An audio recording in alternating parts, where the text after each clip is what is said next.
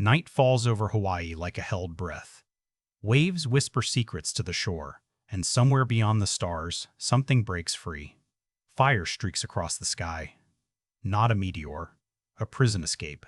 On Earth, Lilo Pelikai sits alone on her bed, hugging a cracked hula doll, listening to the silence where her parents should be. The house feels too big, too quiet, too quiet. Nani tries to be strong, but strength doesn't pay bills or stop social workers from knocking. Family is slipping through her fingers, one missed step at a time. Then the sky screams. A crash in the forest. Smoke, heat, and glowing red eyes watching from the dark. Lilo doesn't run. She smiles. Because lonely recognizes lonely. Whatever just fell to Earth wasn't meant to love. It was built to destroy. And it just found a girl who refuses to let go. Morning brings noise, sirens, shouting, and something feral tearing through the trees. The creature runs on instinct, crashing through branches, skin burning under the sun it's never felt before. Hunger drives it. Fear sharpens it. Everything on this planet feels wrong. At the animal shelter, Lilo presses her face to the glass, ignored by barking dogs and tired workers. Then she sees him. Blue, scarred, eyes full of chaos. He doesn't beg, doesn't whine. He watches. Calculating. Dangerous. Perfect. She names him Stitch before anyone can stop her. Back home, Stitch tests gravity, walls, limits. Laughs while destroying everything Nani is barely holding together. But when Lilo wraps her arms around him, something stalls. Confusion flickers. No one has ever held him like that. High above, alien scanners lock onto Earth. Retrieval has begun. And Stitch's countdown to destruction is already ticking. Stitch learns fast. Too fast. He watches how doors open. How voices rise when angry. How silence hurts more than shouting. At night, he doesn't sleep. He listens. To Lilo's soft breathing. To Nani crying behind a locked bathroom door. Something tight coils in his chest. He doesn't know the name for it. Meanwhile, the hunters arrive. One stitched together from spare parts and bad ideas. The other brilliant, bitter, and very tired of fixing monsters. Their ship hides above the clouds, waiting for the moment Stitch slips. Waiting for proof that Earth was a mistake. Stitch almost proves them right. He hurts Lilo, just once. An accident. But the look on her face, shock, not fear, breaks something open inside him. "I'm sorry," he whispers. It's the first choice he's ever made. And far above, the scanners spike. They've found him. The raid comes without mercy. Blue flashes. Gravity snaps sideways. Stitch is ripped from the ground, screaming, claws digging into dirt as Lilo reaches for him. Too slow. Always too slow. Captured, chained, paraded like proof that monsters can't change. The creators look at Stitch and see only numbers. Failures. A weapon pretending to be a pet. And, for a moment, he believes them. Because back on Earth, Nani loses everything. Job. Custody. Hope. Custody. Hope. All because of him. Stitch lowers his head in the cell, voice barely sound. I bad. Then he remembers the word Lilo taught him. Family. He breaks the chains. Not to escape. To go back. Earth isn't safe anymore. And this time, the fight is coming to the ocean. The chase shreds the coastline. Sirens scream. Waves explode against metal as ships tear through the water. Alien engines boiling the sea behind them. Stitch clings to the side, wind ripping past his face, heart pounding for something he never protected before. Lilo stands frozen on the shore. Nani shields her, arms shaking. Family services. Military. Aliens. All colliding because love was labeled dangerous. Stitch could run. He's built for it. But he sees Lilo crying, and something inside him locks into place. He turns back, faces the guns, the sky, the impossible odds. I'm not a monster, he growls, more to himself than anyone else. The ocean rises, metal falls, everything breaks. And in the chaos, one decision will decide if family survives or burns away forever. The water goes quiet after the storm. Wreckage floats. Smoke curls into the sky like the last breath of a battle barely survived. Stitch sinks beneath the surface, heavy, broken, systems failing. For the first time, he doesn't fight it. He thinks of Lilo's laugh, the way she said his name like it mattered. Down there, in the crushing dark, he accepts it. This is what monsters are for, to disappear. But hands pull him back. Small, desperate, human. Lilo drags him into the light, crying, begging him not to leave. Her voice cuts through the silence. His eyes flicker.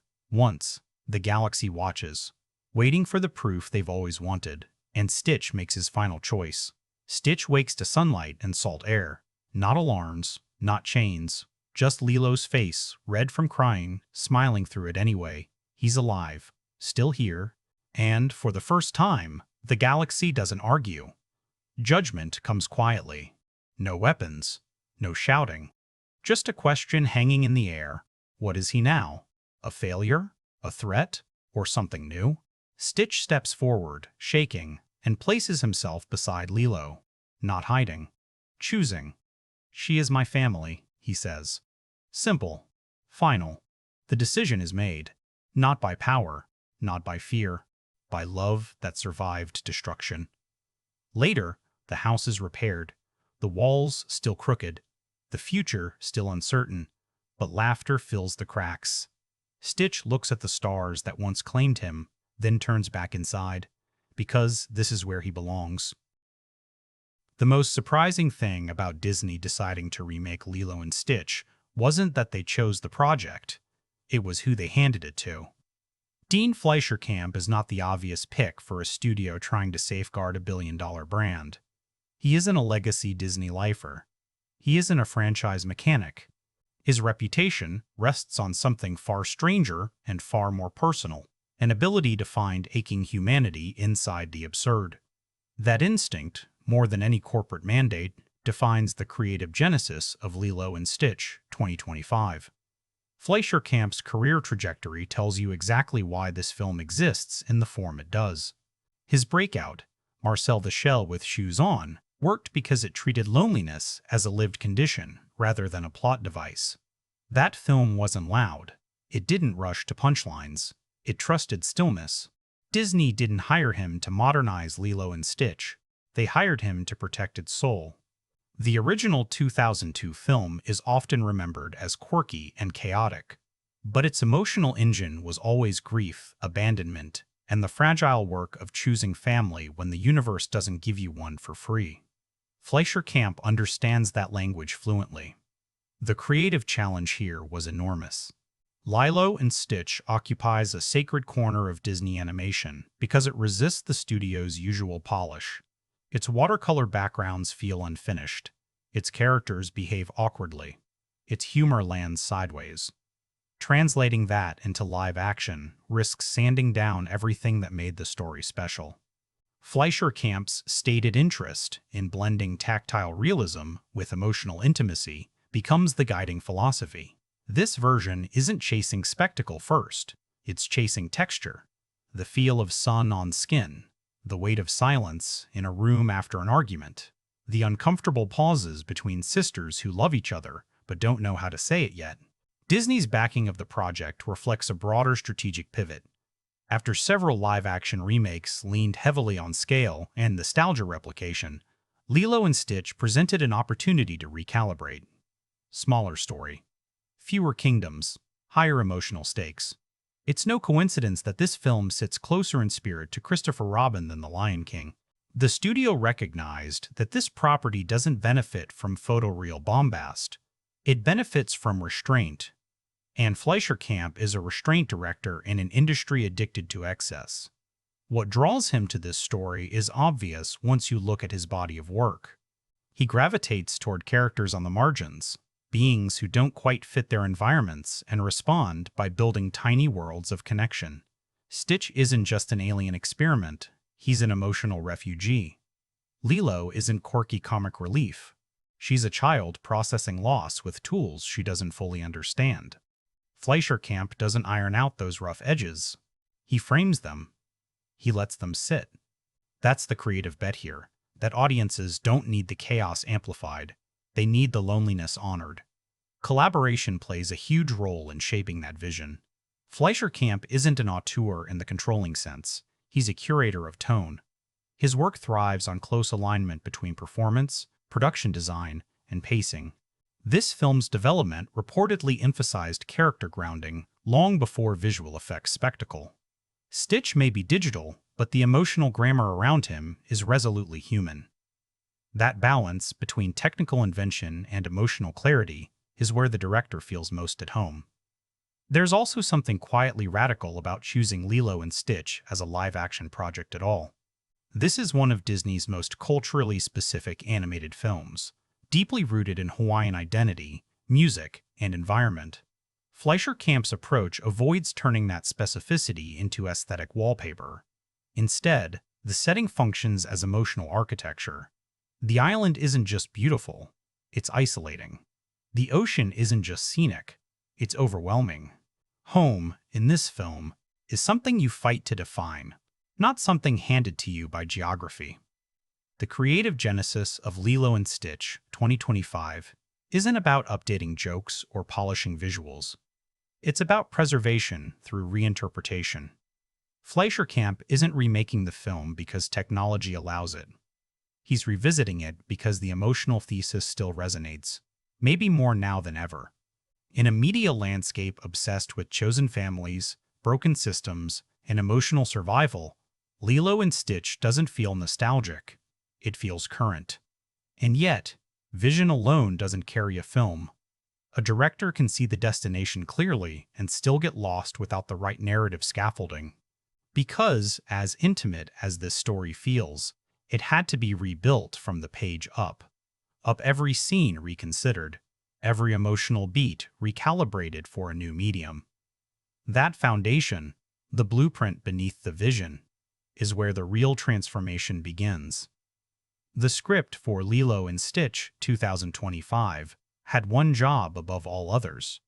Don't betray the emotional math that made the original endure. That sounds simple until you actually try to do it. Animation allows exaggeration, compression, emotional shorthand. Live action does not. Every beat that once worked at cartoon velocity suddenly has to survive the scrutiny of real faces, real pauses, real silence. The screenplay had to be less louder, less cuter, and paradoxically, more honest. The development process began with an uncomfortable truth Disney had to accept early on.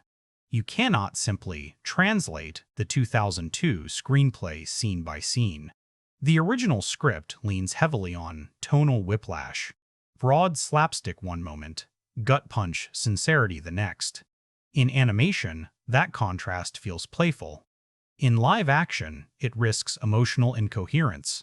The writers approach the adaptation not as replication, but as reinterpretation, asking a more difficult question. What does this story feel like when the jokes can't hide the pain? The narrative spine remains intact. A lonely Hawaiian girl. An older sister drowning under adult responsibility. A destructive outsider who doesn't understand love but desperately wants it. That framework didn't need fixing. What did need adjustment was emphasis.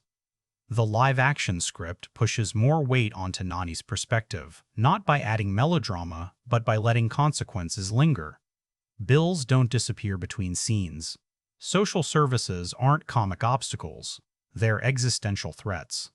This recalibration grounds the story in a reality that animation could gesture toward, but never fully inhabit. Dialogue became the most delicate battleground. The original film's lines are iconic because they're weird, blunt, and emotionally naked. Reproducing them verbatim risks feeling artificial. Rewriting them risks sacrilege. The screenplay's solution is surgical restraint.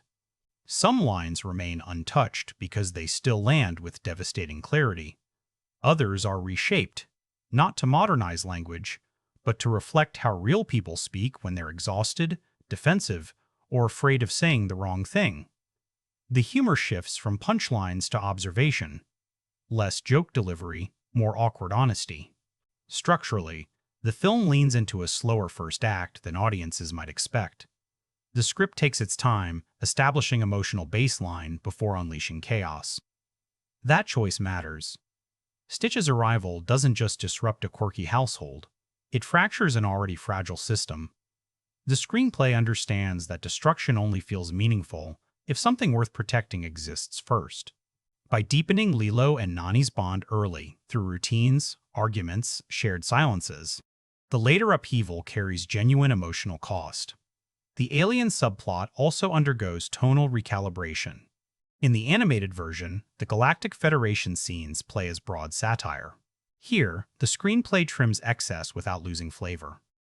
Jumba and Pleakley remain comedic, but their function tightens. They aren't distractions, they're mirrors.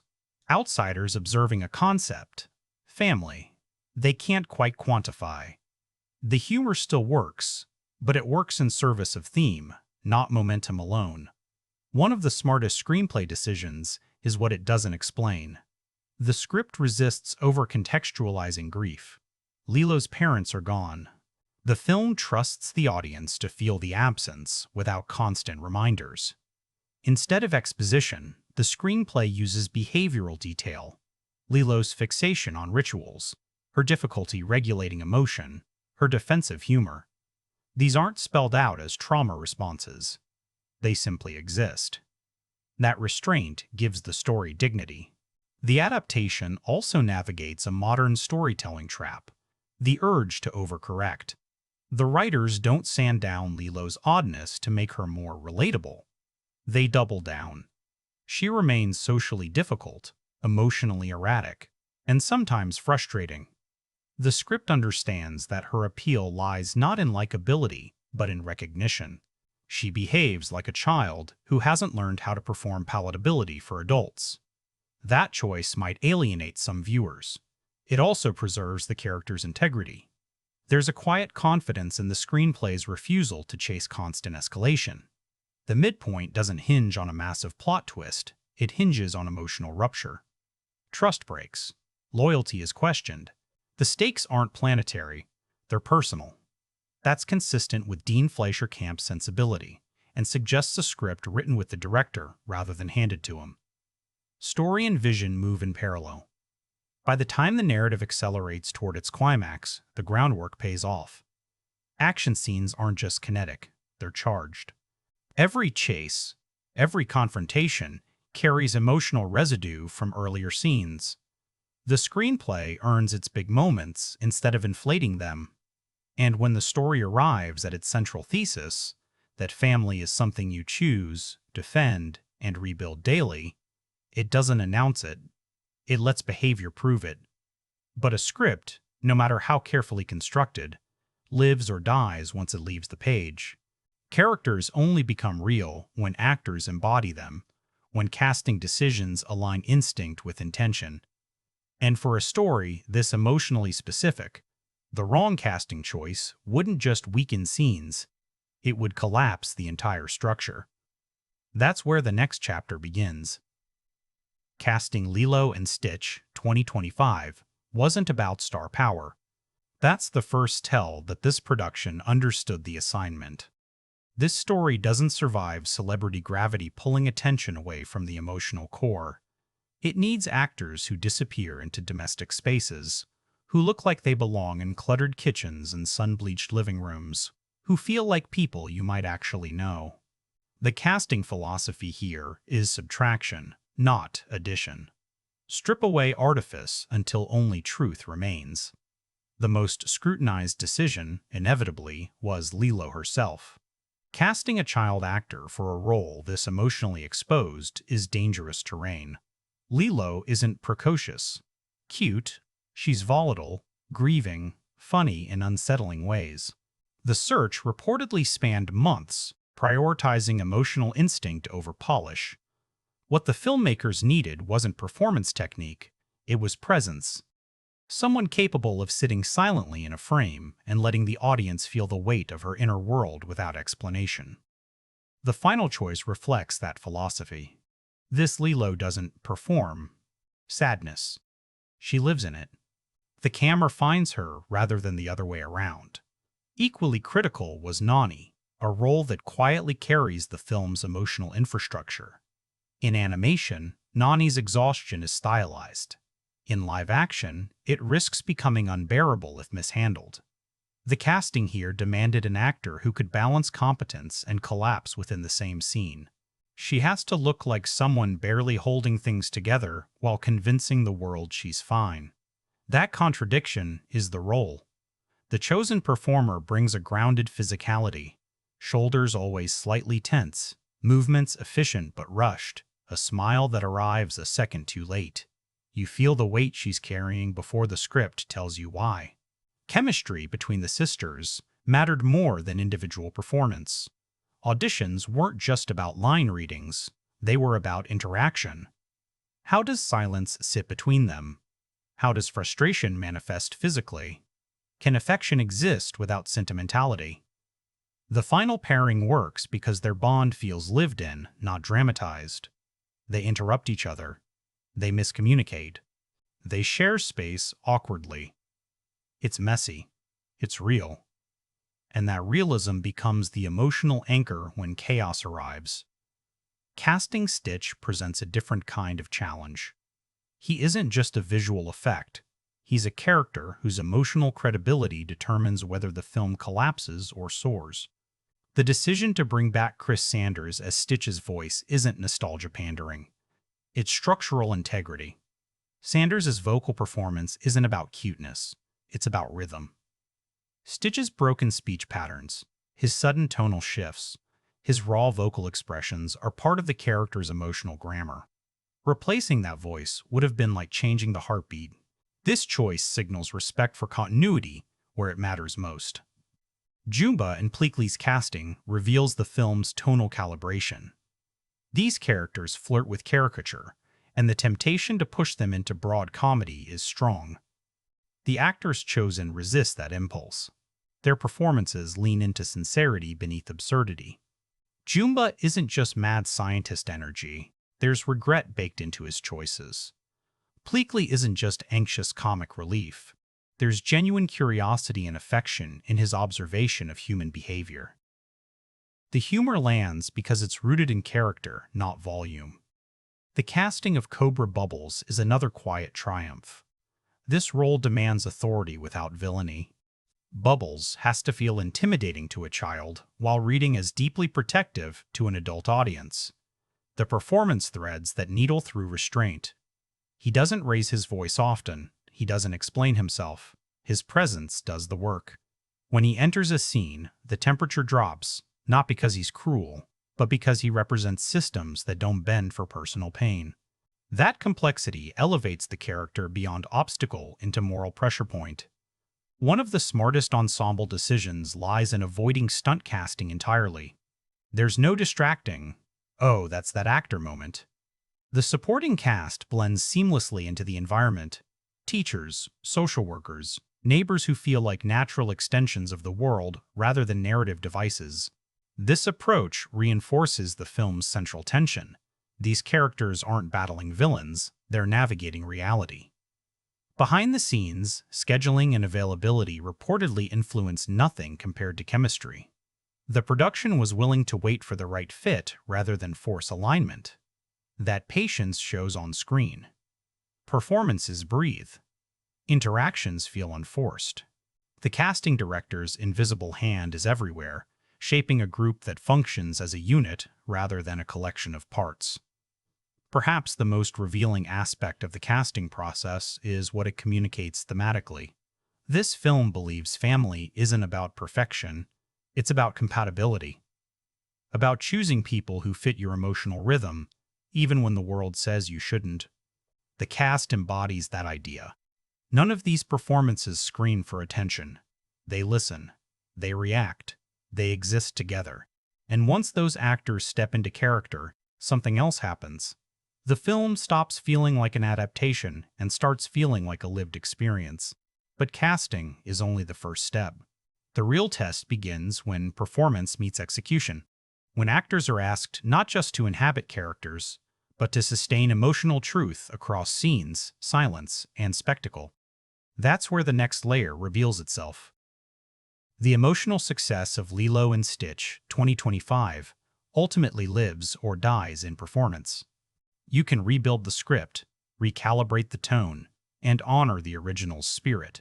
But if the acting doesn't carry emotional truth, the whole thing collapses into a very expensive imitation. This is where the film quietly, confidently earns its existence. The lead performances don't announce themselves. They don't beg for applause. They settle into your chest and refuse to leave. Lilo's performance is the most precarious balancing act in the film. She isn't written to be conventionally endearing, and the actor wisely doesn't try to make her so. This Lilo lashes out. She fixates. She says the wrong thing at the wrong time. Watch her posture in early scenes. Arms often pulled inward, shoulders tight, eyes scanning rooms instead of resting in them. She doesn't occupy space comfortably because she doesn't feel entitled to it. That physical vocabulary communicates more about her emotional state than any line of dialogue could. The performance shines brightest in stillness. There are moments where the camera simply waits, and Lilo doesn't fill the silence. She sits with it. You see thought processes flicker across her face. Defensiveness giving way to confusion. Confusion hardening into stubborn resolve. When she smiles, it's often delayed, like she's testing whether joy is safe yet. This isn't a child performing sadness. It's a child negotiating survival. The distinction matters. Her chemistry with Stitch is built on instinct rather than choreography. Their bond doesn't feel scripted. It feels discovered. Early interactions are awkward, misaligned, occasionally uncomfortable. Lilo projects meaning onto Stitch before he earns it, not because she's naive, but because she's desperate for something that won't leave. As Stitch begins to mirror her behaviors, outbursts, withdrawal, confusion, the performance subtly shifts. Lilo doesn't soften him. She recognizes him. That recognition becomes the foundation of their connection. Opposite her, Nani's performance carries a different weight, and arguably a heavier one. This is a character living in constant triage mode, and the actor commits fully to that exhaustion. Her movements are efficient to the point of erasure. She rarely relaxes. Even in moments of supposed calm, her body remains alert, ready for the next crisis. The performance never indulges in martyrdom. Nani isn't asking for sympathy. She's too busy holding everything together. The most devastating moments come when that control slips, not in grand breakdowns, but in micro-failures. A breath held too long, a voice that cracks and is immediately corrected. A look of panic quickly masked by forced composure. These choices build a portrait of someone who loves deeply but fears she's failing constantly. And when she does finally break, it doesn't feel cathartic. It feels inevitable. The sister scenes together are the film's emotional backbone. Their arguments aren't theatrical, they're painfully mundane. They talk past each other. They repeat themselves. They weaponize silence. You can feel how much they care by how poorly they communicate. That tension is sustained through performance, not dialogue.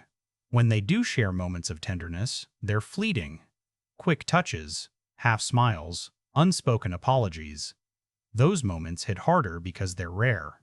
Stitch, despite being digital, delivers one of the film's most emotionally legible performances. Chris Sanders' voice work remains essential, but the performance extends beyond sound. Stitch's physicality, jerky movements, sudden stillness, animalistic reactions, evolves over the film. Early on, he occupies space aggressively, knocking into things, asserting presence. Later, his movements become tentative. He hesitates. He watches before acting. That shift communicates learning without sentimentality. The brilliance of Stitch's performance lies in restraint. The film resists turning him into a constant punchline. His most affecting moments are quiet, observing the sisters, absorbing rejection, attempting connection, and failing. When he does express emotion vocally, it's raw and unpolished. No clever phrasing, just need. That simplicity cuts through spectacle and lands directly in the emotional center of the story. Supporting the core trio, Cobra Bubbles provides a masterclass in controlled authority. The actor never tips into villainy. His performance is grounded in professionalism and buried empathy. He doesn't enjoy the power he wields, but he won't abdicate responsibility either. Watch how he listens. He gives people space to speak, then delivers decisions with calm finality. That restraint makes him far more intimidating and far more human than a louder performance ever could. Jumba and Pleakley offer tonal counterbalance, but even their performances resist excess. The actors play absurdity straight, allowing humor to emerge from situation rather than exaggeration. Jumba's regret is real. Pleakley's curiosity feels genuine. They aren't winking at the audience, they're participating in the story's emotional ecosystem. What ties all these performances together is a shared commitment to emotional specificity. Nobody is playing an idea. Nobody is performing nostalgia. Each actor treats their role as a lived experience with stakes that matter now, not in memory of the animated original. That's why the film works. It doesn't rely on affection for what came before. It earns new affection through craft.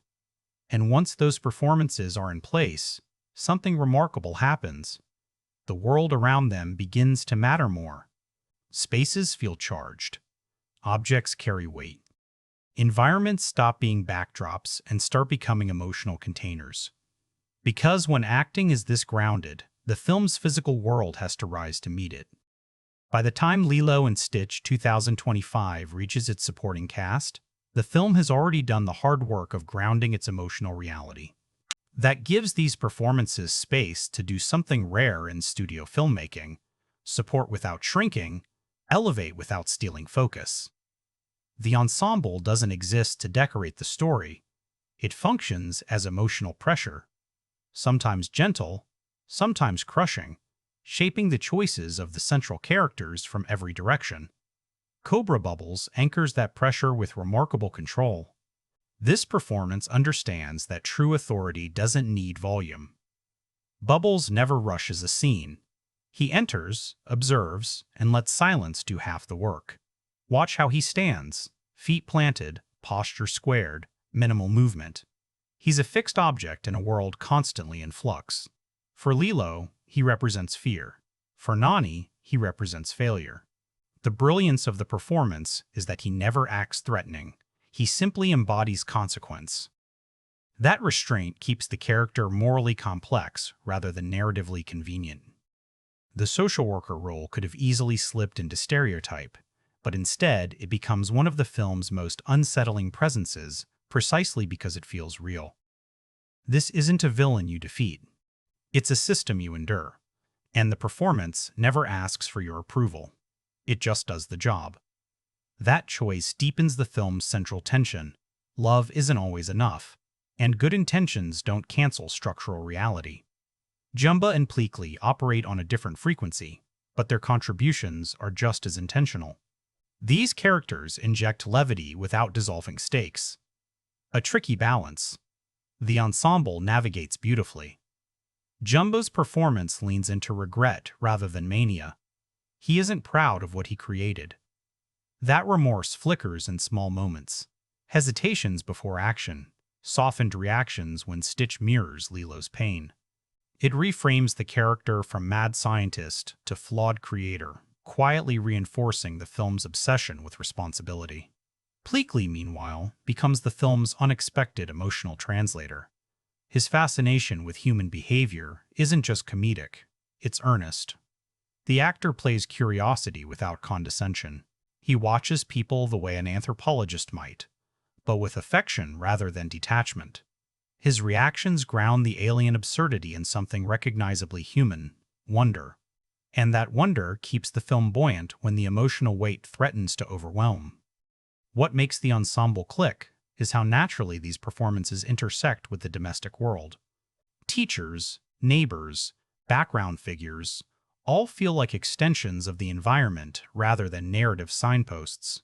Nobody delivers exposition with a wink. Nobody feels like a cameo. These are people living adjacent to the story, brushing against it, occasionally influencing it, but never hijacking it.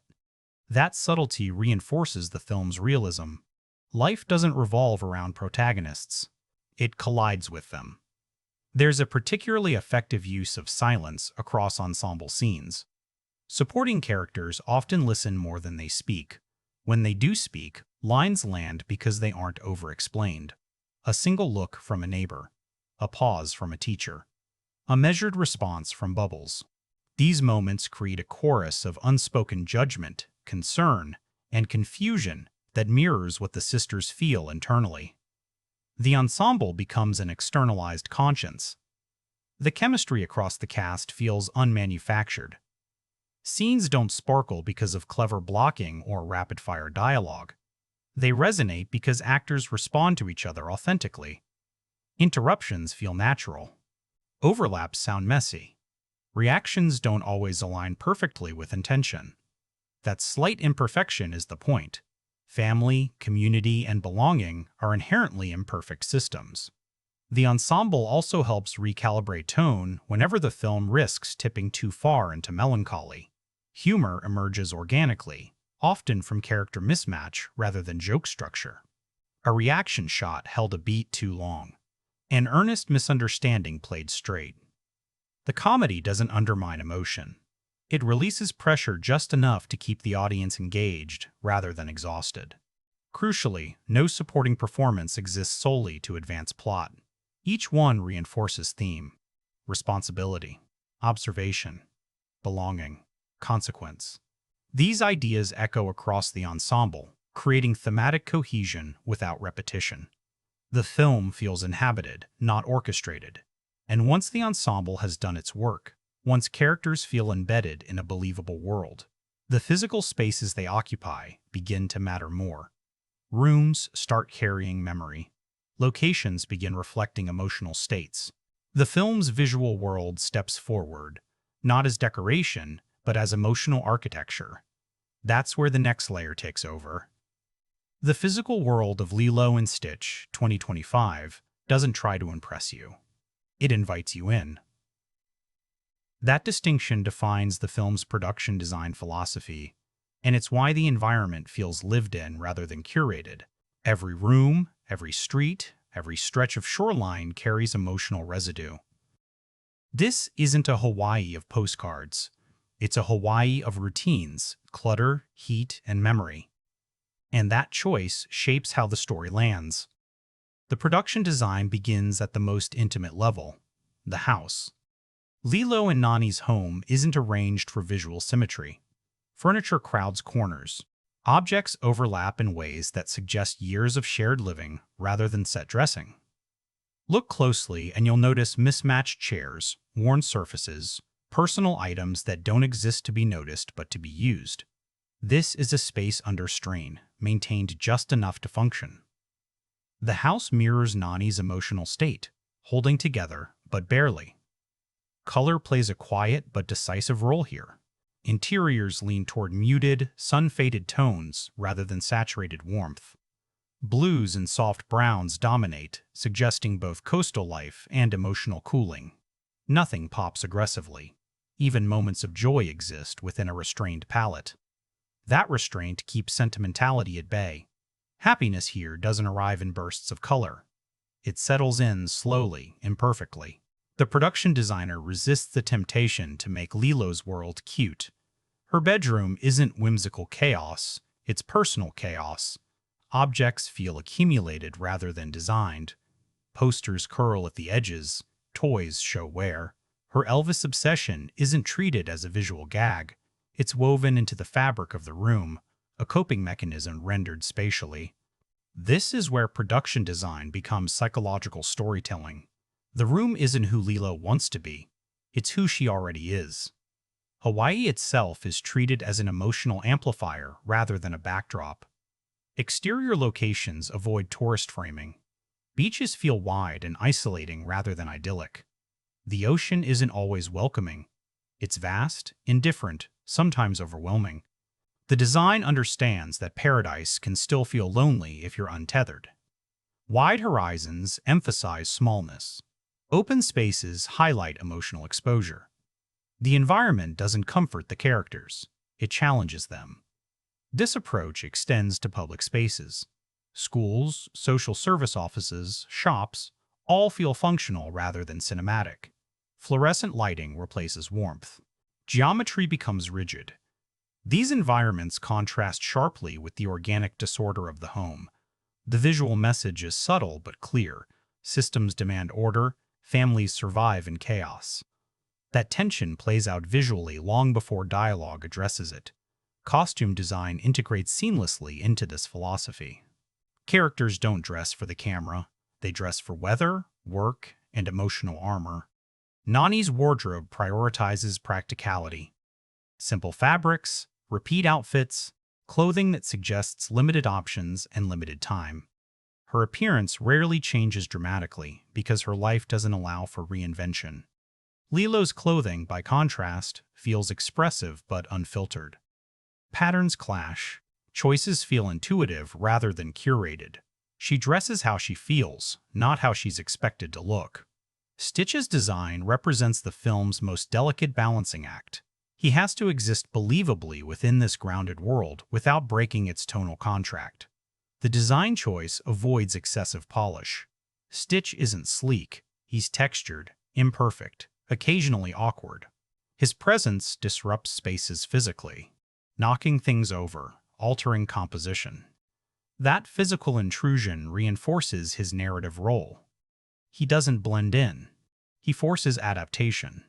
What's remarkable is how the production design allows Stitch to feel present without overpowering the environment. He doesn't glow.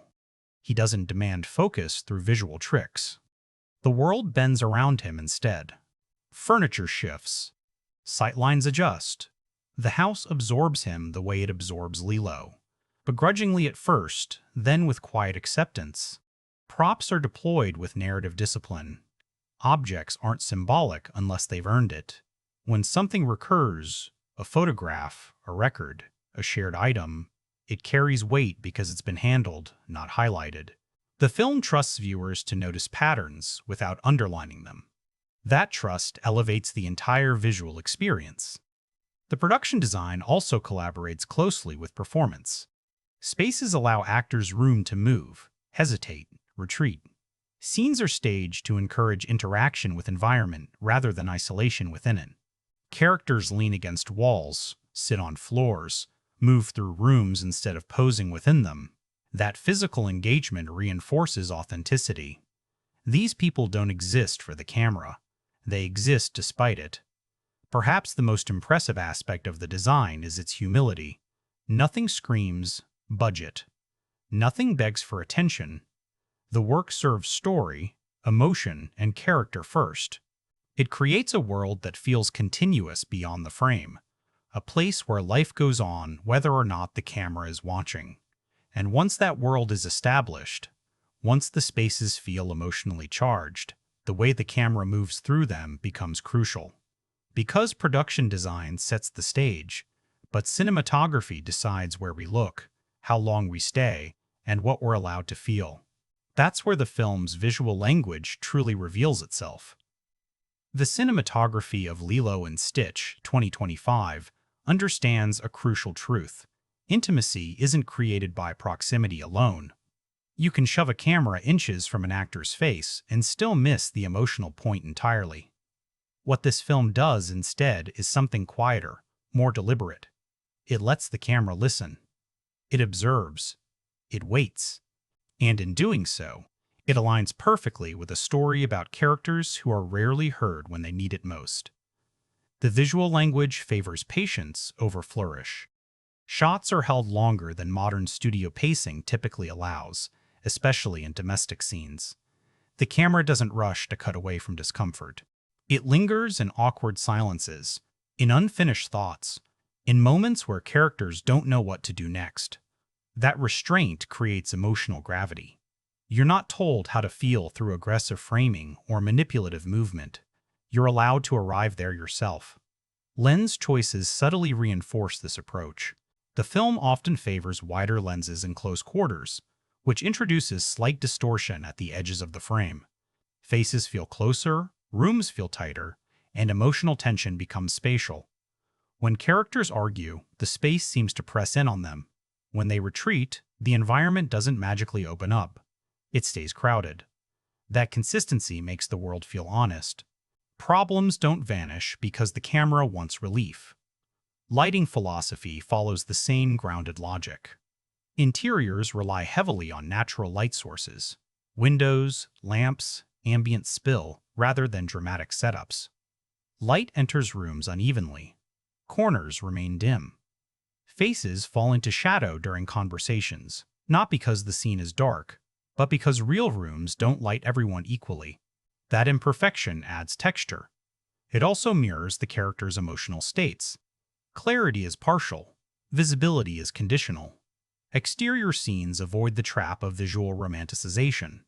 Sunlight is present, but it's rarely golden hour indulgence. Midday light can be harsh. Shadows are sharp. The beach isn't framed as escape. It's framed as exposure.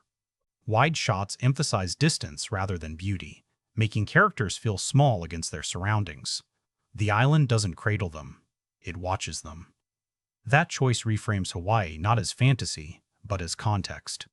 Camera movement is purposeful and sparing. Handheld work appears during moments of emotional instability, but it never tips into chaos.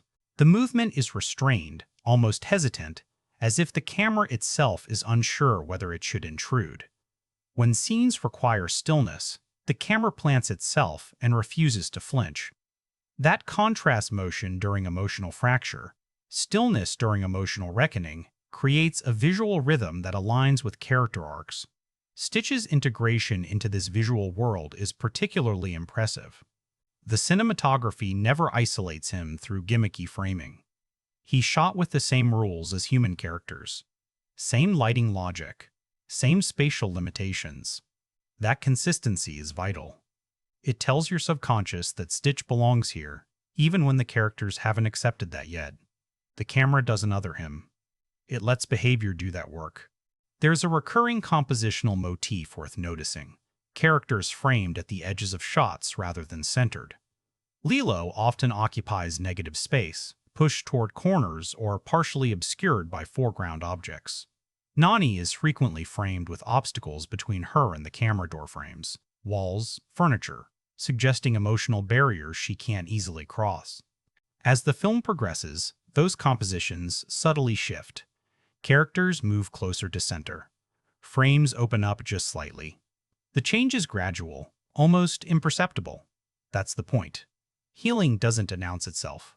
The film avoids flashy visual effects language even during action sequences. Chases are shot with clarity rather than spectacle.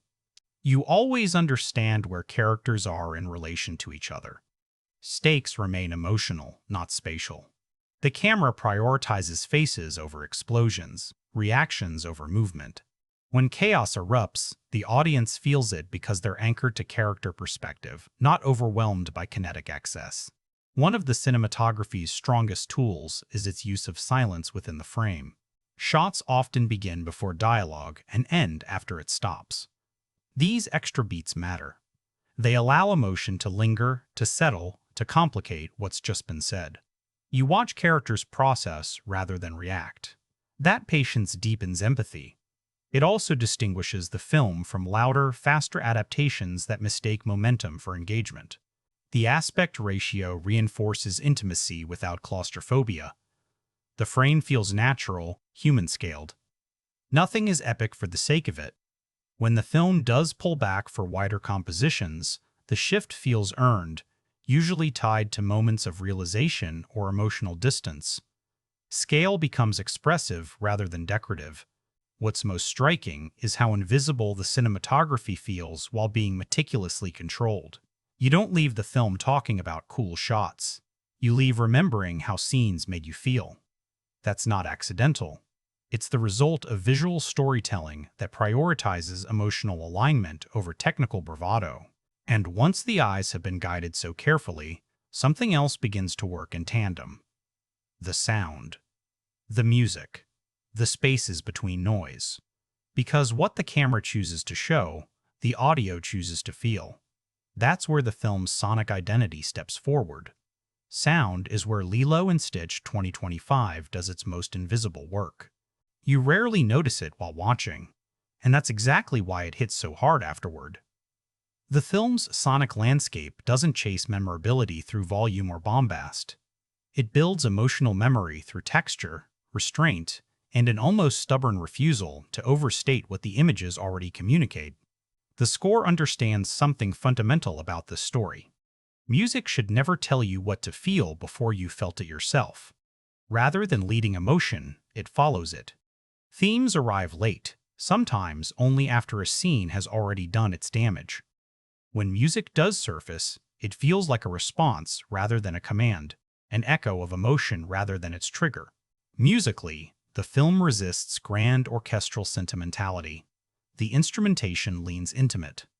Sparse strings, gentle piano figures, occasional percussive elements that feel organic rather than cinematic. There's space between notes. Actual air. Silence isn't treated as absence. It's treated as narrative material. The score knows when to step back and let the room speak for itself. One of the smartest decisions is how selectively music is deployed during family scenes. Arguments between Lilo and Nani often play without score entirely. You hear breath, fabric shifting, a chair scraping slightly too loud against the floor. These mundane sounds become oppressive in their own way, emphasizing emotional strain more effectively than swelling music ever could. The discomfort isn't softened. You're asked to sit with it. When music does enter these scenes, it often arrives after the conflict has peaked. A soft motif creeps in once characters are alone again, processing what they couldn't articulate. This placement reframes music as reflection rather than manipulation. The emotional takeaway feels earned because the score waits its turn. The film's use of licensed music, particularly Elvis Presley's songs, walks a delicate line between homage and narrative function. In the animated original, Elvis tracks served as both character quirk and tonal counterpoint. Here, they're integrated more carefully, less frequently, but with greater emotional intention. These songs aren't nostalgia buttons. They're emotional anchors for Lilo artifacts of connection, repetition, and comfort. When they play, they aren't playful, they're grounding. Sound design carries an enormous amount of storytelling weight, especially in scenes involving Stitch. His vocalizations are treated with care. Early sounds are sharp, chaotic, invasive. Scratches, thumps, erratic noises that disrupt domestic calm. As the film progresses, those sounds soften. His presence becomes less intrusive. He learns the rhythm of the house. That evolution is communicated as much through sound as through behavior. Environmental audio is consistently prioritized. The ocean is never just background ambience. It breathes. It swells. Sometimes it's calming. Sometimes it's threatening. Wind through trees, distant traffic, insects at night. These elements ground scenes in physical reality. The world never goes quiet unless it should. And when it does, that silence feels intentional, heavy, loaded. One of the film's most effective sonic tools is contrast. Loud moments aren't constant, they're rare. When chaos erupts during chases, confrontations, or emotional breakdowns, it lands harder because the film hasn't trained you to expect constant noise. The soundscape expands suddenly, then contracts just as quickly, creating an emotional whiplash that mirrors the character's inner states. Dialogue mixing deserves special attention. Conversations aren't overly polished. Lines overlap. Lines overlap. Words occasionally get swallowed. This isn't sloppiness, it's realism. People talk over each other when stressed. They mumble when unsure. They trail off when afraid of finishing a thought. The mix preserves those imperfections instead of correcting them, reinforcing the film's commitment to authenticity.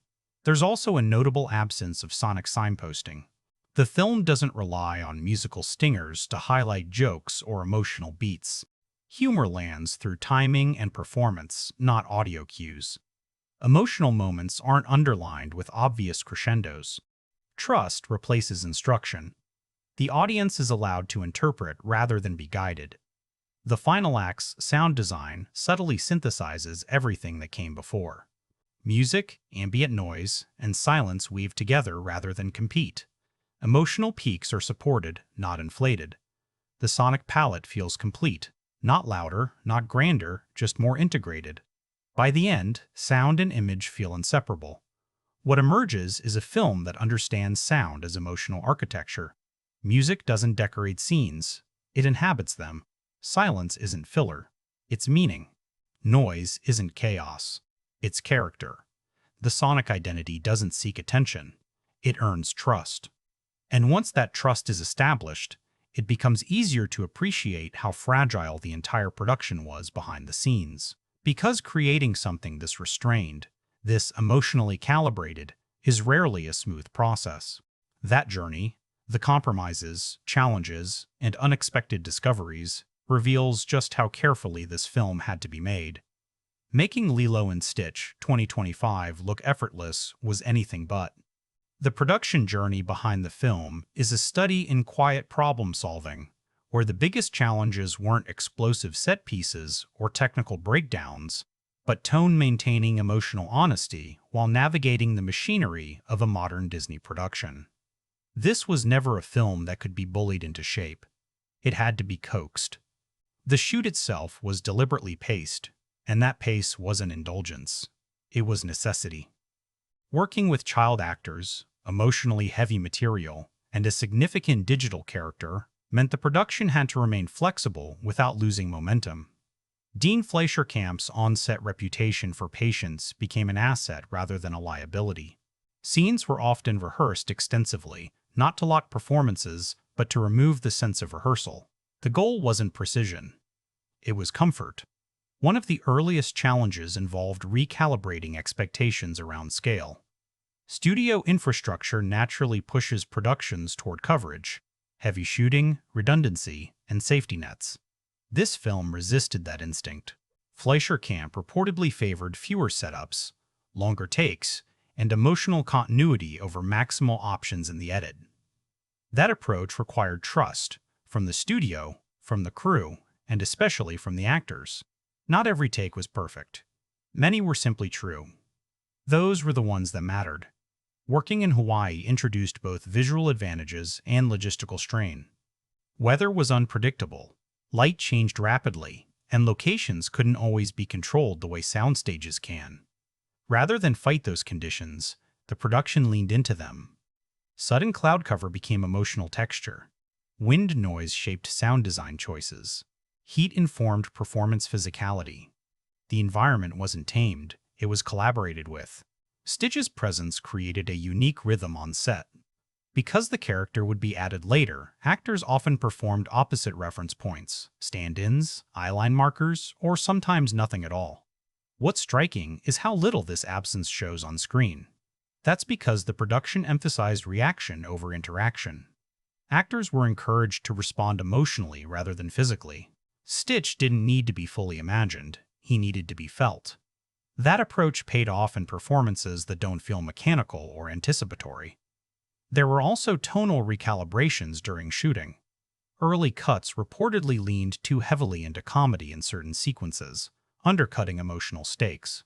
Rather than rewriting wholesale, the production adjusted performance emphasis and pacing.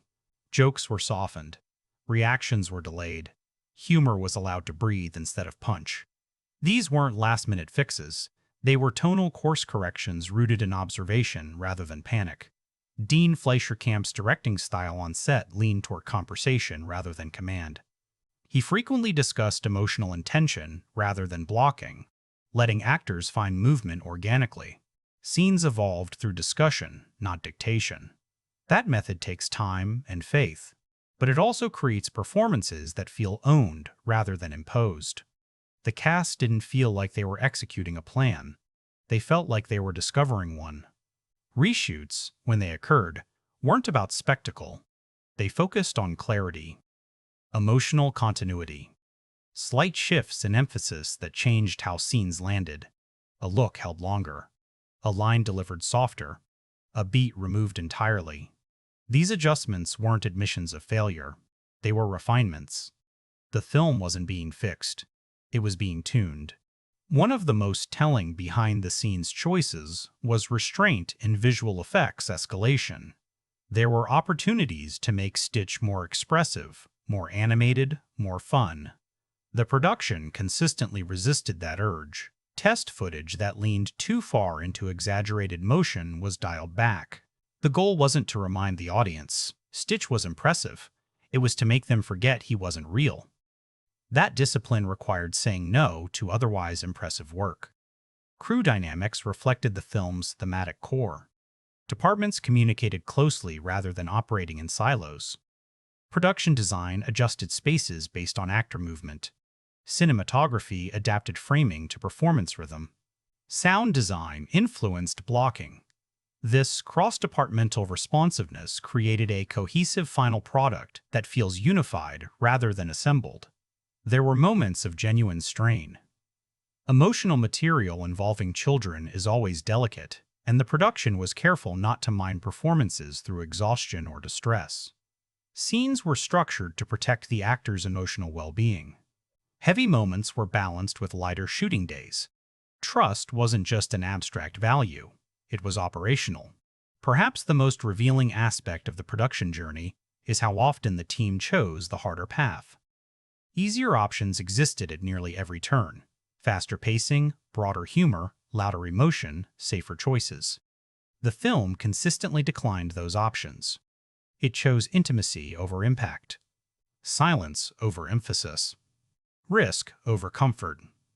That philosophy didn't just shape the film, it defined it. By the time cameras stopped rolling, Lilo and Stitch 2025 wasn't just a completed project. It was a carefully negotiated agreement between story, craft, and restraint. And once that work moved from set to screen, the question became unavoidable. How would audiences respond? Not just emotionally, but commercially. Because no matter how carefully a film is made, its fate in the marketplace tells another story entirely. That story begins with numbers, expectations, and a studio watching very closely. The commercial story of Lilo and Stitch 2025 was never going to be simple, and Disney knew that going in. This wasn't designed as a four-quadrant juggernaut engineered to dominate opening weekend.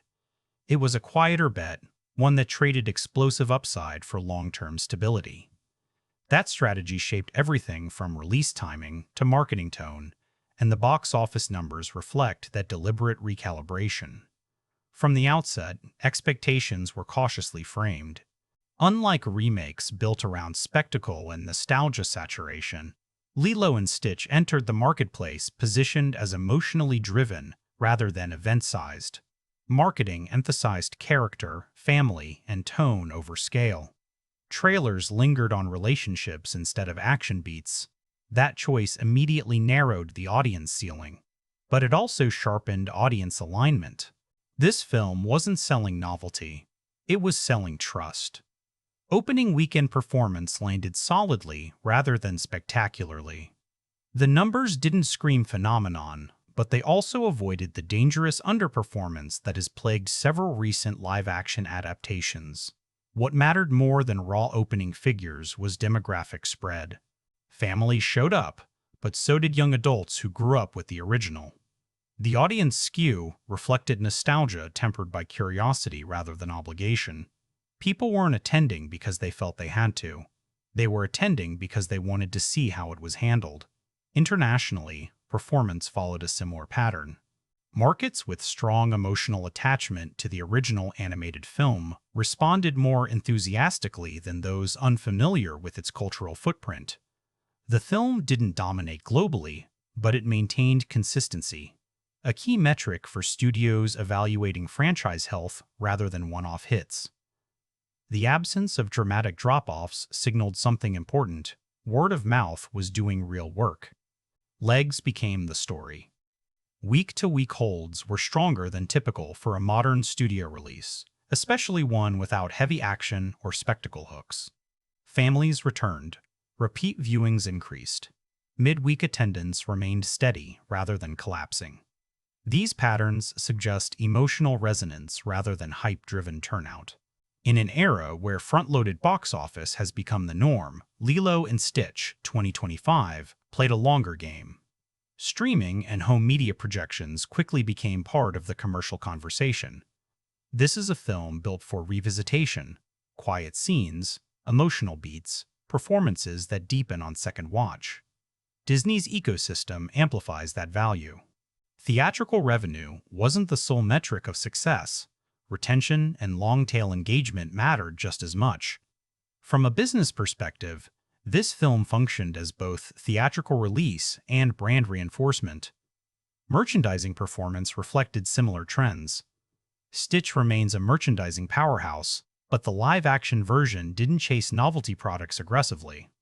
Instead, existing demand sustained sales. Plush, apparel, and collectibles performed steadily rather than explosively. That steadiness reinforces the idea that the film didn't reinvent the brand. It stabilized it. Budget-to-return analysis paints a cautiously optimistic picture. While not a runaway financial triumph, the film avoided the high-risk exposure that has hurt more expensive adaptations. Controlled scale protected profitability margins. Marketing spend aligned with tone rather than spectacle. The result is a project that likely exceeded internal expectations without rewriting box office history. Industry response to the film's performance focused less on raw totals and more on implications. Lilo and Stitch 2025 became a case study in recalibration proof that not every remake needs to chase maximal revenue at maximal cost. The film suggested an alternate path forward, emotionally grounded adaptations with sustainable returns. What matters most is context. In a market increasingly fatigued by formulaic reimaginings, this film didn't crash through the noise. It sidestepped it. That may not generate headlines, but it generates goodwill. And goodwill is currency studios rarely quantify accurately until it's gone. Of course, numbers only tell part of the story. Box office performance reveals what audiences did. Critical and cultural response reveals what audiences felt. And that response, sometimes unified, sometimes divided, shaped the film's reputation far beyond opening weekend. That conversation, loud and quiet in equal measure, is where the next chapter unfolds. Critical response to Lilo and Stitch 2025 landed in a place that feels almost quaint by modern standards. Thoughtful disagreement, not outrage cycles, not culture war noise. Actual conversation. For a Disney live-action remake, that alone is noteworthy. The film didn't arrive to universal praise, nor did it trigger backlash-fueled pile-ons. Instead, it split audiences along lines of expectation rather than ideology. And that split reveals a lot about what the film is and what it refuses to be. Many critics immediately honed in on the restraint. Reviews praised the film's emotional grounding, its refusal to inflate moments that could have easily been engineered for applause. Performances, particularly the sisters, were frequently cited as the film's strongest asset. Critics responded to the lived-in quality of the relationships, the patience of the camera, and the way the story trusted silence more than spectacle.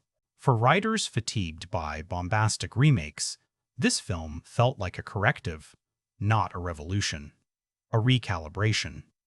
But that same restraint became the fault line for dissent. A portion of critics and audiences found the film too subdued, too small, too unwilling to go big, in moments where the animated original leaned into chaos. The absence of heightened energy read, for some, as caution rather than intention.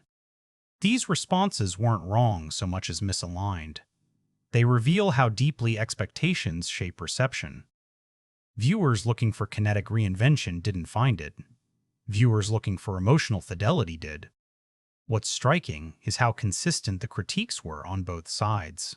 Supporters didn't claim the film was flawless. Detractors didn't argue it was cynical or hollow. The debate centered on approach, not execution. That's rare.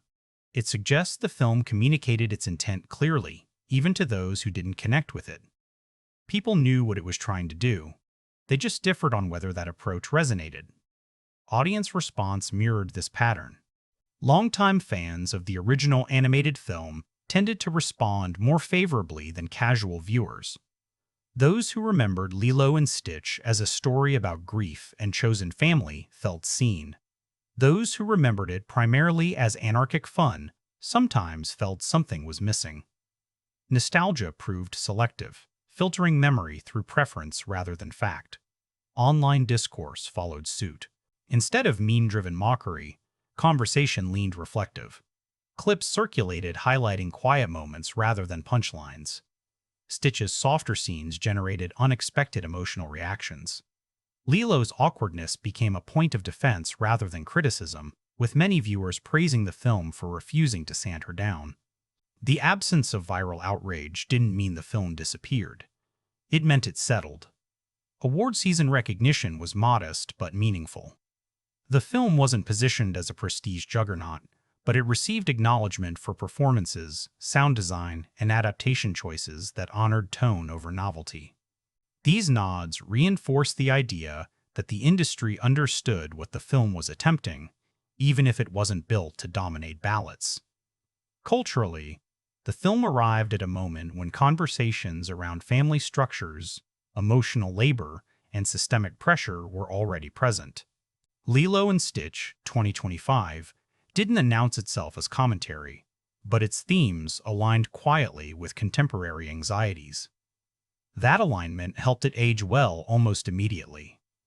The film didn't feel timely. It felt relevant. Perhaps the most telling aspect of its reception is how little it provoked cynicism. In an era where Disney remakes are often treated as corporate exercises by default, this one earned a different tone of discussion.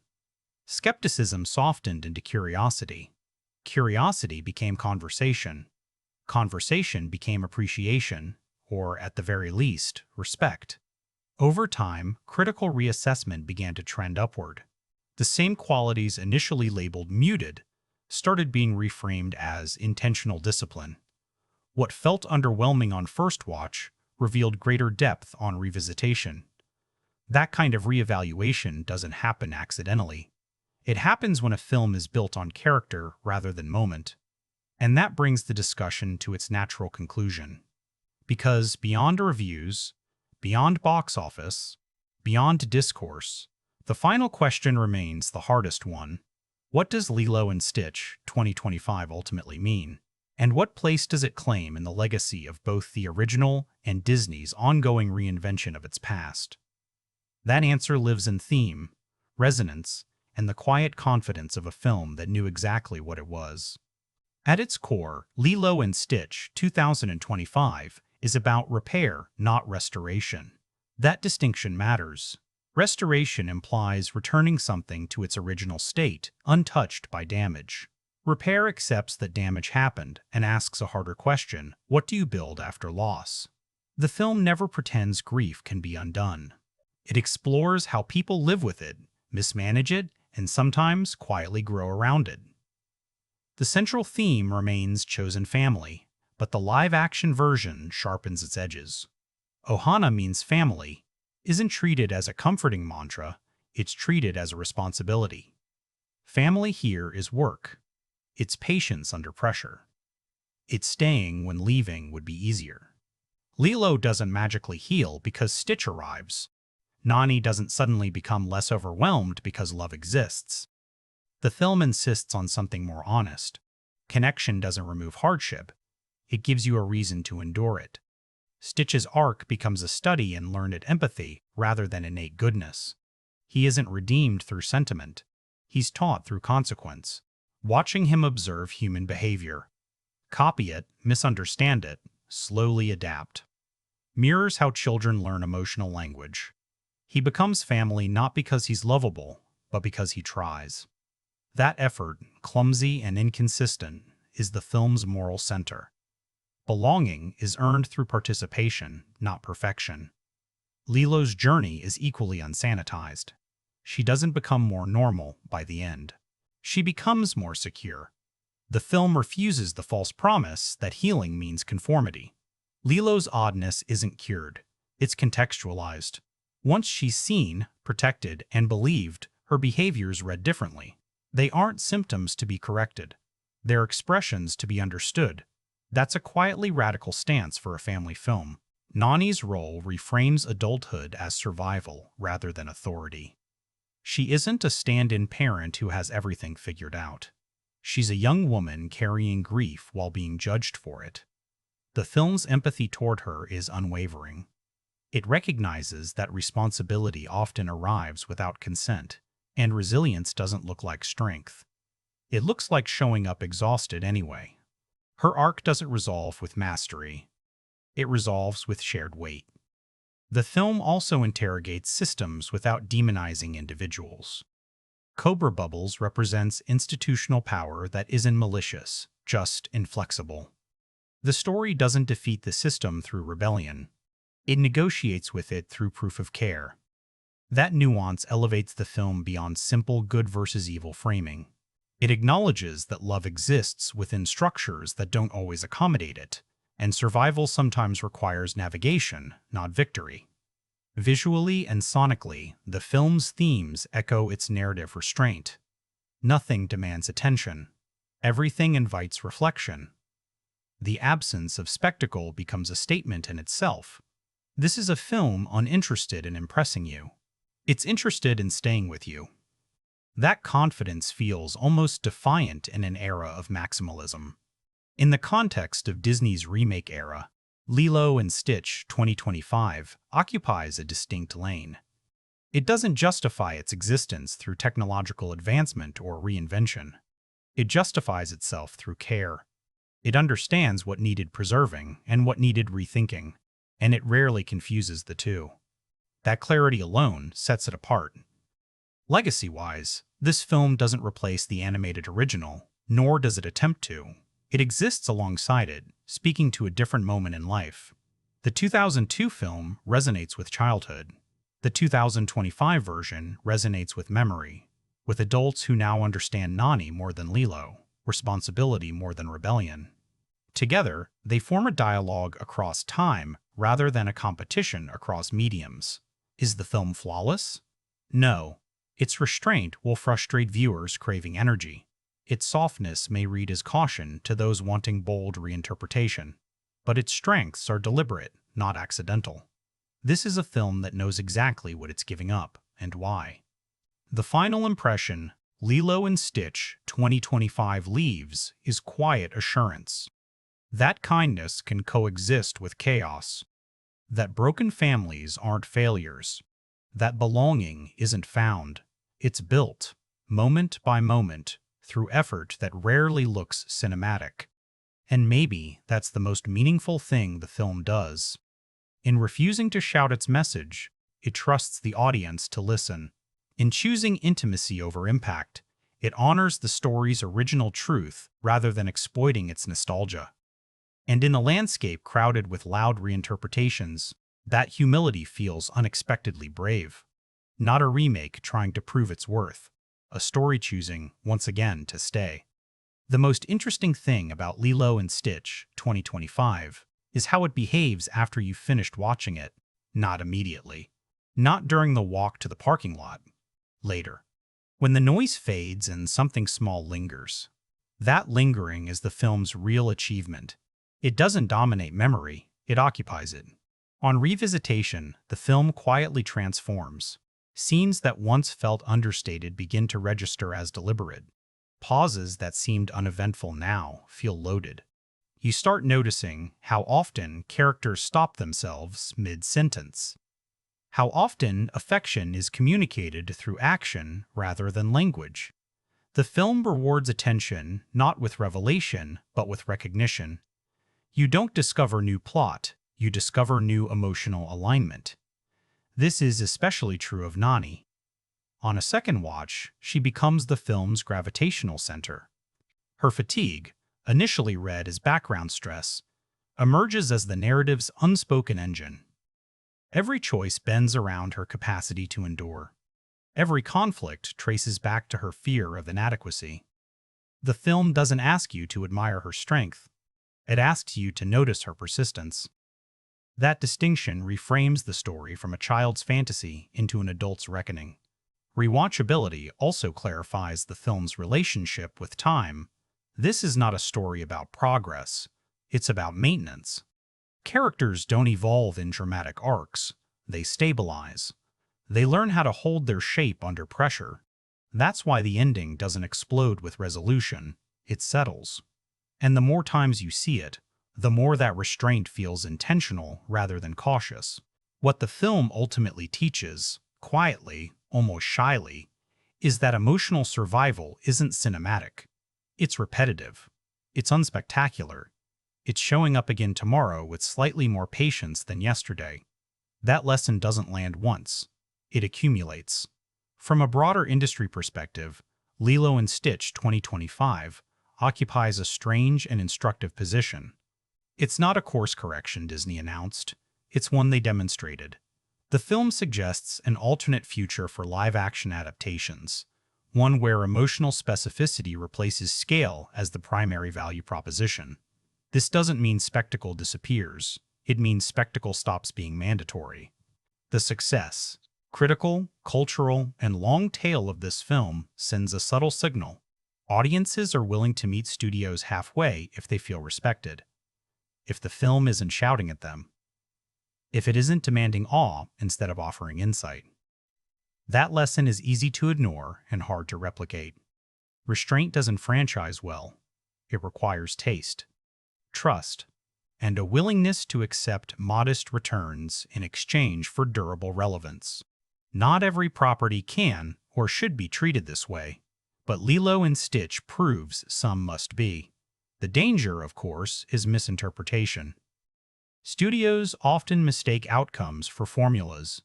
They see quiet success and try to engineer it without understanding the underlying discipline. What made this film work wasn't softness. It was precision. Every withheld moment was a choice. Every underplayed beat was calibrated. Remove that intentionality, and restraint becomes emptiness. Culturally, the film's impact reveals itself less through discourse and more through identification. Viewers don't argue about it endlessly. They recognize themselves in it. Former children now seeing their caregivers. Siblings who became parents too early. People who learned to love without being taught how. That recognition is deeply personal and inherently non-viral. It doesn't lend itself to hot takes. It shows up in quiet defenses, in posts that say, "This hit me harder than I expected," in reactions that don't need amplification to be real. Over time, the film has begun to function less like a remake and more like a companion piece. The animated original becomes the story of childhood grief. The live-action version becomes the story of living with it.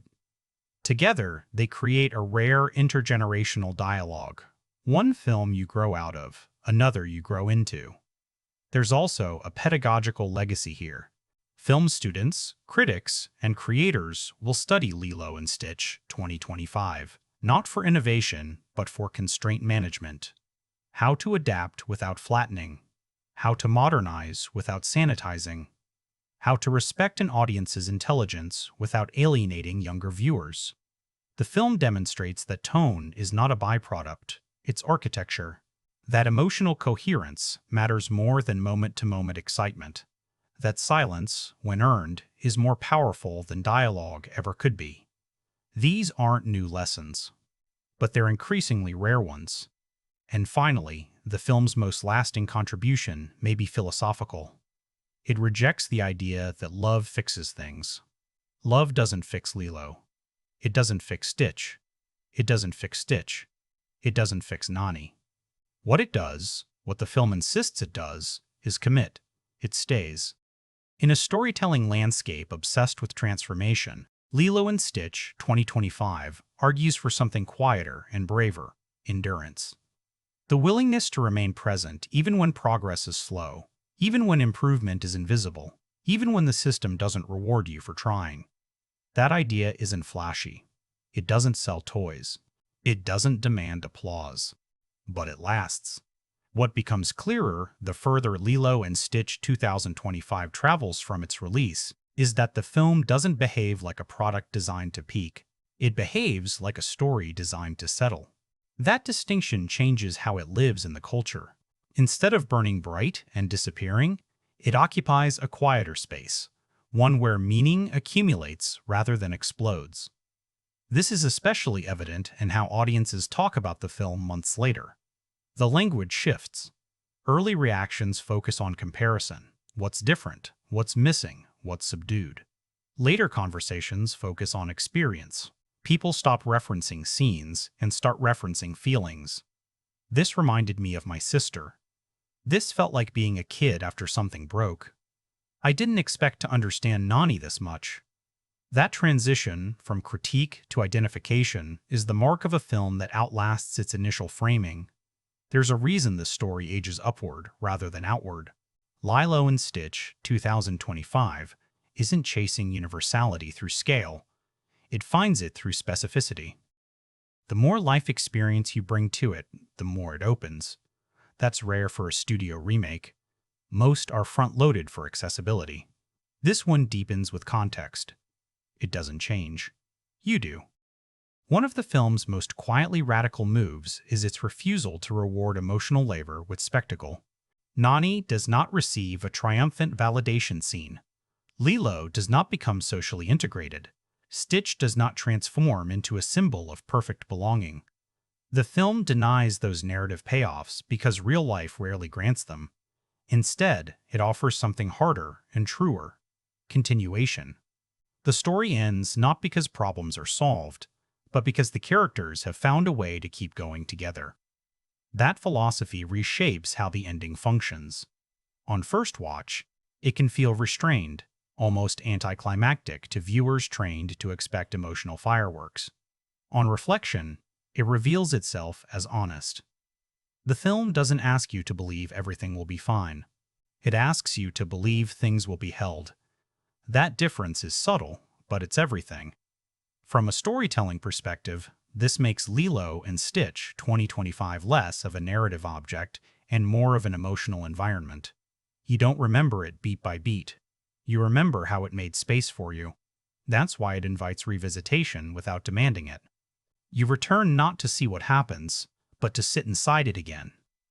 The industry implications of that approach are already visible. Creators cite the film not as a blueprint, but as permission. Permission to slow down. Permission to trust silence. Permission to prioritize emotional coherence over momentum. Those aren't trends, they're counterweights. And while they won't dominate the market, they quietly influence the margins where lasting work often lives. There's also a generational handoff happening. Younger viewers respond to Lilo's alienation without needing it explained. Older viewers respond to Nani's exhaustion with uncomfortable recognition. The film doesn't choose one audience over the other. It lets them coexist in the same frame, experiencing different emotional entry points simultaneously. That duality is sophisticated without being self-conscious. What ultimately cements the film's extended relevance is its humility. It never insists on its own importance. It doesn't announce its themes. It doesn't demand reevaluation.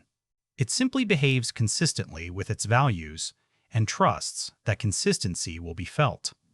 And that trust is why the film continues to resonate long after louder adaptations have faded.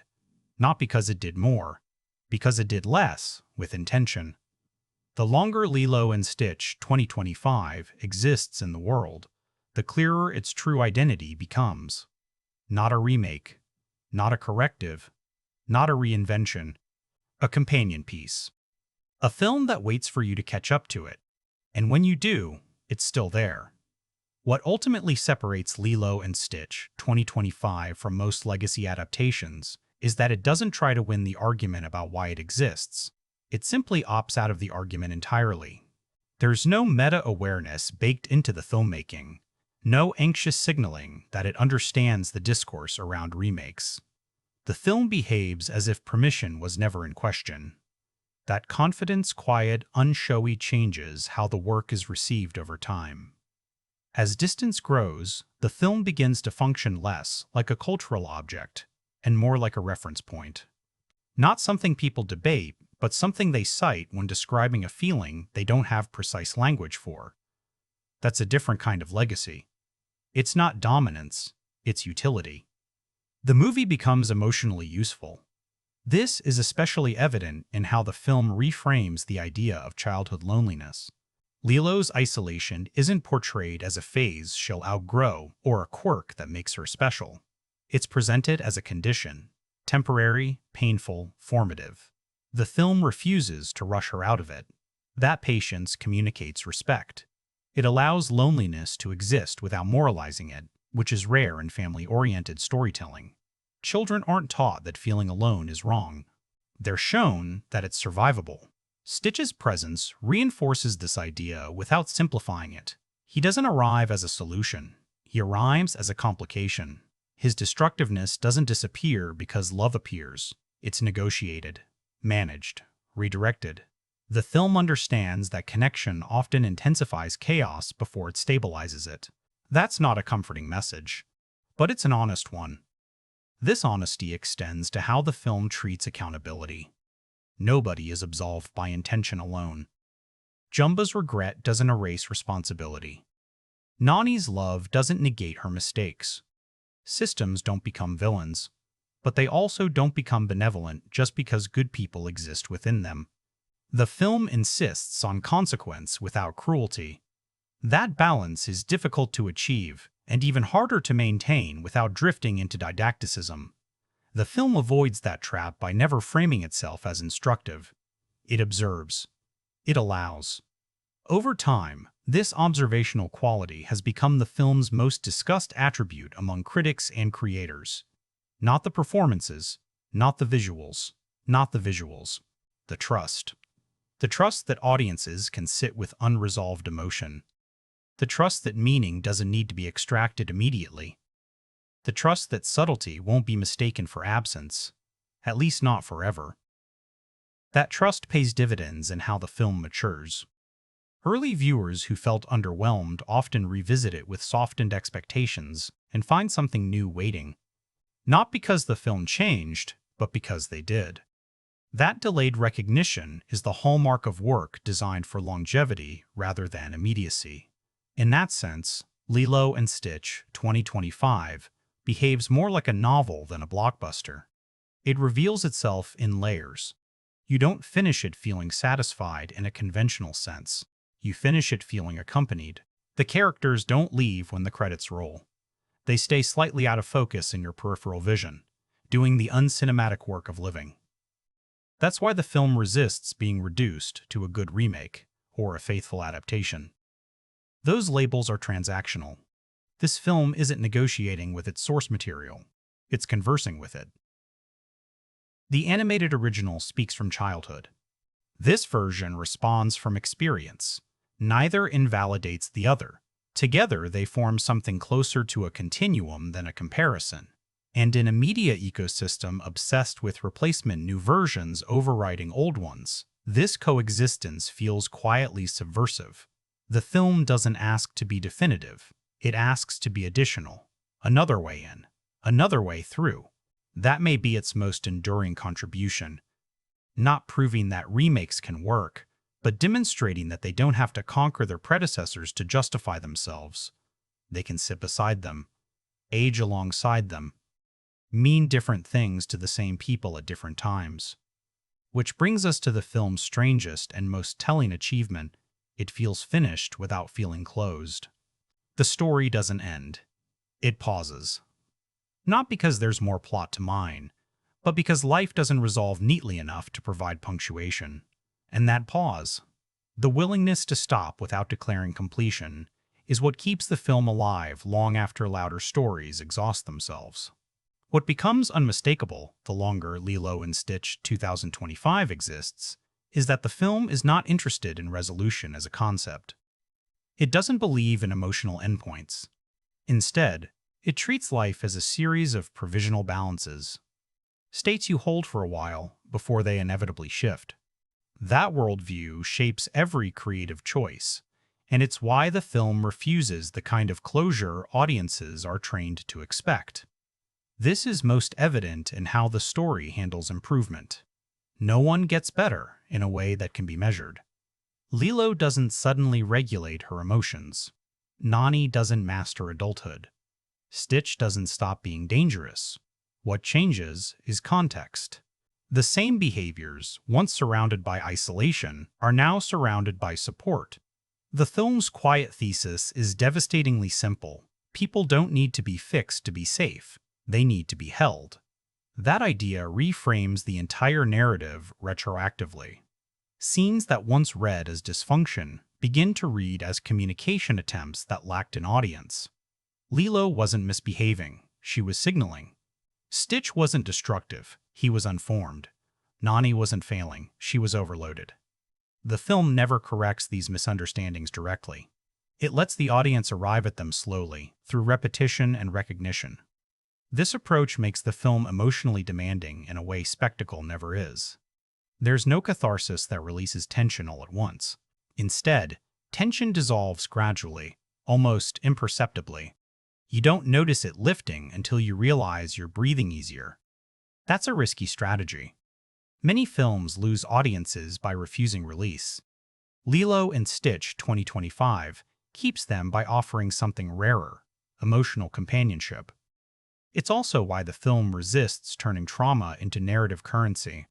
Loss exists, but it's never aestheticized. Grief doesn't make characters special or insightful. It makes them tired, irritable, stuck. The film understands that trauma is not an origin story. It's a condition that shapes daily behavior long after the inciting event is over. That understanding gives the story moral weight without moralizing. Over time, this has made the film particularly resonant with viewers navigating caregiving roles.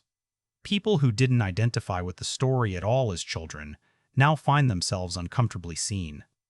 The film doesn't flatter them. It doesn't reward sacrifice with triumph. It simply acknowledges the cost of staying. And in that acknowledgement, it offers validation rather than fantasy. The film's refusal to escalate emotionally also creates space for something unexpected, gentleness without sentimentality. Kindness here is practical. It looks like adjusting routines, making room, learning patterns. The film doesn't frame love as an emotion. It frames it as behavior. That framing aligns perfectly with Stitch's arc, turning his learning process into a mirror for the audience's own emotional education. This behavioral definition of love is what gives the film its philosophical backbone. Love is not what you feel when things are going well. It's what you do when they aren't. That idea isn't stated. It's demonstrated repeatedly, across characters, across choices, across missed opportunities to take the easier path. And that brings us to the film's most quietly subversive achievement. It centers endurance without glorifying suffering. The characters don't suffer for meaning. Meaning emerges despite suffering. That distinction prevents the film from tipping into emotional exploitation. Pain isn't justified. It's acknowledged and then navigated. As years pass, this quality will likely become the film's defining legacy. Not its faithfulness, not its restraint, but its insistence that stories don't need to resolve pain to honor it. They only need to recognize it accurately. In a media culture addicted to transformation arcs and redemptive climaxes, Lilo and Stitch 2025 offers something far more difficult and far more generous. The idea that survival itself can be meaningful, even when it doesn't look impressive from the outside. That idea doesn't trend. It doesn't headline. It waits. 10 years from now, Lilo and Stitch 2025 will not be remembered as part of a remake cycle. It will be remembered as the one that quietly stepped out of it. Time has a way of sorting intention from noise, and this film is built for that sorting. Its legacy isn't loud enough to dominate retrospectives, but it's durable enough to survive them. When future audiences encounter the film without the baggage of release-era discourse, something important shifts. The question won't be, how does this compare to the original? It will be, why does this feel so patient? Stripped of expectation, the film's true identity emerges, a story uninterested in novelty, anchored instead in emotional accuracy. That accuracy will age well. Trends won't. Visual effects will advance. Pacing norms will continue to accelerate. But the film's emotional grammar, its understanding of grief as chronic rather than climactic, won't date. If anything, it will feel increasingly rare. The longer culture leans toward immediacy, the more unusual this kind of restraint will seem. In classrooms, the film will be studied not for what it adds, but for what it withholds. Students will note how often scenes end without punctuation, how often dialogue trails instead of lands, how frequently silence replaces score at moments where swelling music would have been safer. These choices will be read not as minimalism, but as confidence. The confidence to believe the audience doesn't need to be carried. Critics revisiting the film years later will likely recalibrate earlier reservations. What once felt muted will read as disciplined. What once felt emotionally small will feel precise. The film won't suddenly become louder in memory. It will become clearer. That clarity is what time tends to reward. More interesting still is who will claim the film as theirs. It won't belong primarily to children discovering it for the first time, nor will it belong exclusively to those who grew up with the animated version. It will belong to people encountering it during moments of transition. Caregivers, siblings, adults carrying responsibility before they were ready. People who don't need fantasy. They need recognition. For them, this film won't feel like entertainment. It will feel like articulation. There's a particular power in stories that don't offer solutions but still offer relief. Lilo and Stitch 2025 doesn't promise that things will work out. It promises something more honest, that working through things together is enough to justify continuing. That promise doesn't expire. In the broader Disney canon, this film will likely exist on the margins, not foregrounded in marketing retrospectives, not cited as a financial landmark, and that marginal position suits it. It was never meant to define an era. It was meant to accompany one, to be there quietly when needed. Over time, it may even influence how studios think about adaptation, not by changing strategy, but by expanding vocabulary. Proving that fidelity isn't mimicry, that respect isn't replication, that legacy can be honored through listening rather than repetition. And perhaps that's the film's final, enduring gesture. It listens.